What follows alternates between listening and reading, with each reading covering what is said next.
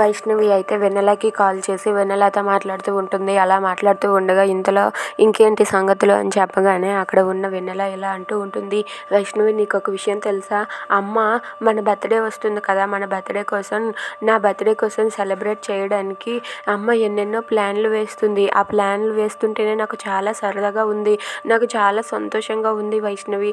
ఎందుకంటే నాన్న చనిపోయిన తర్వాత ఇన్నేళ్లలో నాకు అసలు బర్త్డే అంటే ఏంటో కూడా తెలియదు.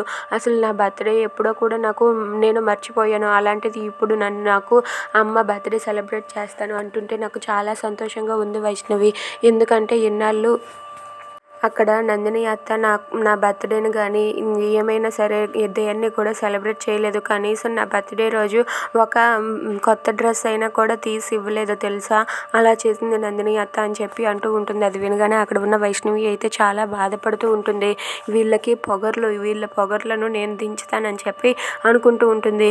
అందుకే ఇప్పుడు అమ్మ బర్త్డే కోసం ముందుగా ప్లాన్ చేస్తుంటే, అంతా కూడా ముందుగా అరేంజ్ చేస్తుంటే నాకు చాలా సంతోషంగా ఉంది వైష్ణవి.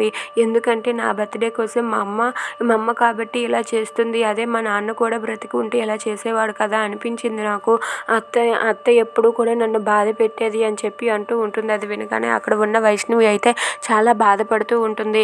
సరేలే వెన్నెల, నువ్వు గ్రాండ్గా సెలబ్రేట్ చేసుకో, మీ అమ్మ నీకు చాలా బాగా సెలబ్రేట్ చేస్తుంది అని చెప్పి వైష్ణవి అయితే వెన్నెలతో అంటుంది. అది వినగానే వెన్నెల అయితే నా సంగతి సరే, మరి నీ సంగతి ఏంటి, అక్కడ నందిని అత్త కనీసం డ్రెస్ కూడా తీయదు, ఏం చేస్తావో ఏంటో, ఇన్నాళ్ళు ఎంత గ్రాండ్గా సెలబ్రేట్ చేసుకున్నావో, ఇప్పుడు నందిని అత్త చేసిన పనికి నువ్వు చాలా ఫీల్ అవుతావు చూడు అని చెప్పి అంటూ ఉంటుంది.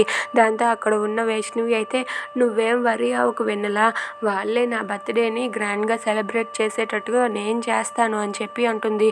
అది ఎలా సాధ్యం అంటే, నేను నీకు చెప్తాను కదా, నువ్వేం కంగారు పడకు, నందిని అత్తే స్వయంగా నా బర్త్డేని సెలబ్రేట్ చేసేలా చేస్తాను, చూస్తూ ఉండు అని చెప్పి వైష్ణవి వెన్నెలతో అంటుంది. అది వినగానే వెన్నెల అయితే సరేలే వైష్ణవి, కానీ వాళ్ళతో కొంచెం జాగ్రత్త, నందిని అత్త అస్సలు మంచిది కాదు అని చెప్పి అంటూ ఉంటుంది.